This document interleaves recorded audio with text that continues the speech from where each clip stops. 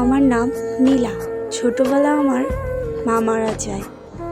এরপর থেকে আমার বাবা আমাকে খুব ভালোবাসেন, তাই সে দ্বিতীয় বিয়ে করেনি। সে একজন সরকারি চাকরিজীবী।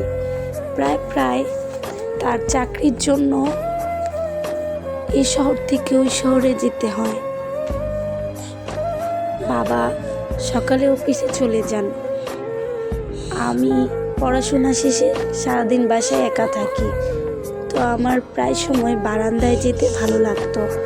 তাই আমি গোসল করে বারান্দায় দাঁড়িয়ে থাকতাম। হঠাৎ একদিন দেখি একটি ছেলে বাইরে থেকে আমার দিকে তাকিয়ে আছে অপলক দৃষ্টিতে। যখন আমি তাকিয়েছি, সে চোখ নামিয়ে ফেলল। আমি যেহেতু একা ছিলাম, আমার কোনো বন্ধু ছিল না, তাই আমি ছেলেটিকে নিচ থেকে বললাম, এই শোনো, তুমি কি আমার বন্ধু হবে? সেও সাথে সাথে একটু মুচকি এসে রাজি হয়ে গেল।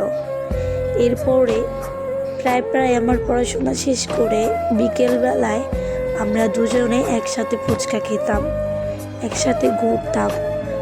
কোন সময় যে এই সময় দিয়ে আমাদের ভিতরে ভালোবাসা হয়ে গেছে, আমরা দুজনের একজনেও বুঝতে পারিনি। আমার বাবা যেহেতু সরকারি চাকরি করেন, তাকে এক জায়গা থেকে অন্য জায়গায় ট্রান্সফার হতে হয়। বাবা একদিন হঠাৎ করে এসে আমাকে বললেন, আমি রুমে বসে চা খাচ্ছিলাম। বাবা বলল, আমাদের অন্য শহরে যেতে হবে, আমার চাকরিটা ট্রান্সফার হয়েছে। তখন আমার মনের ভিতরে একটা মোচড় দিয়ে উঠল, আর আমি সাথে সাথে আরাফাতকে কল দিতে চাইলাম, কিন্তু সে কলটা ধরল না। তারপর আমি আরাফাতের বন্ধুকে কল দিলাম, সেও কলটা ধরল না। কাল সকালে আমাদের এখান থেকে চলে যেতে হবে অন্য শহরে, তাই আমার মনটা খুব খারাপ ছিল। আমি আরাফাতদের বাসায় যেতে পারতাম, কিন্তু আরাফাত আমাকে দেখাতে চেয়েছিল, তাদের বাসায় নিয়ে যেতে চেয়েছিল, কিন্তু আমি যাইনি। আমি তো আর জানতাম না যে আমার এখান থেকে আবার হঠাৎ করে চলে যেতে হবে এভাবে।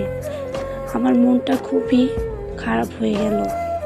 এরপর সকালে আমি খুব কষ্ট নিয়ে, ভেতরে চাপা কষ্ট নিয়ে বেরিয়ে পড়ি অন্য শহরের উদ্দেশ্যে। আমরা যখন অন্য শহরে এসে পৌঁছাই, আমি আর আমার বাবা, তখন আরাফাতের বন্ধু আমাকে কল দেয়, দিয়ে বলে, আপনি আমাকে কল দিয়েছিলেন আপু? আমি জিজ্ঞেস করলাম, আরাফাত কোথায়?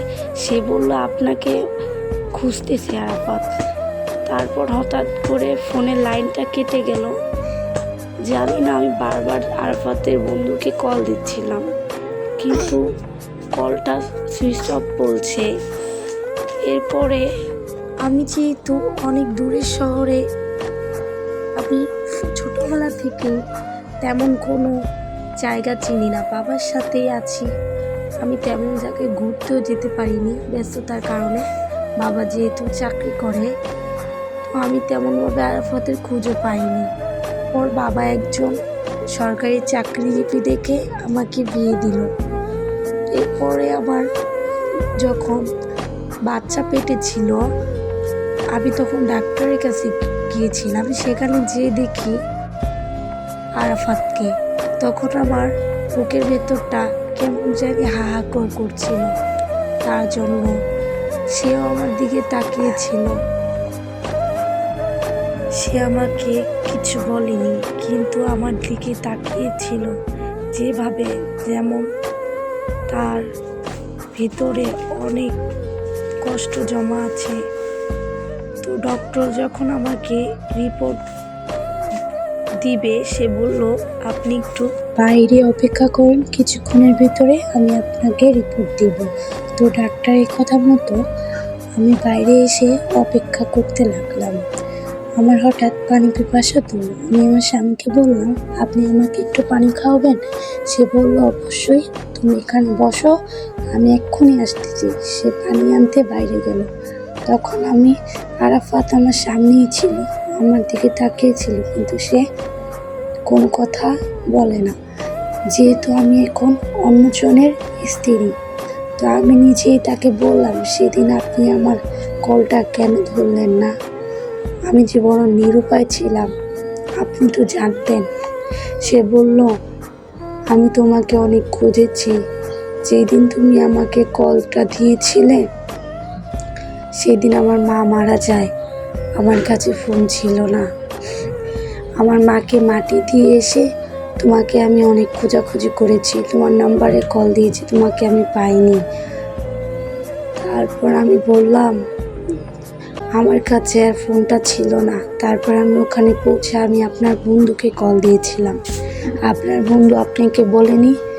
সে বলল, আমার বন্ধু কই যেন চলে গেছে, আমি জানি না। তবে আমি এটা বিশ্বাস করি যে ভালোবাসা খুবই ভয়ঙ্কর। কেউ বাসে, কেউ বাসে না, কেউ অপেক্ষা করে, কেউ করে না।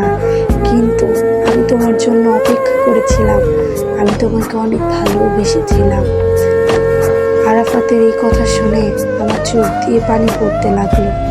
শেষে আরাফাত আমাকে বলল, আচ্ছা ঠিক আছে, ভালো থেকেন, সুস্থ থাকেন, এটাই কামনা রইল। আমি সবসময় দোয়া করি আপনি ভালো থাকেন। তার এই কথা শুনে আমি মনটাকে শান্ত করতে পারছিলাম না।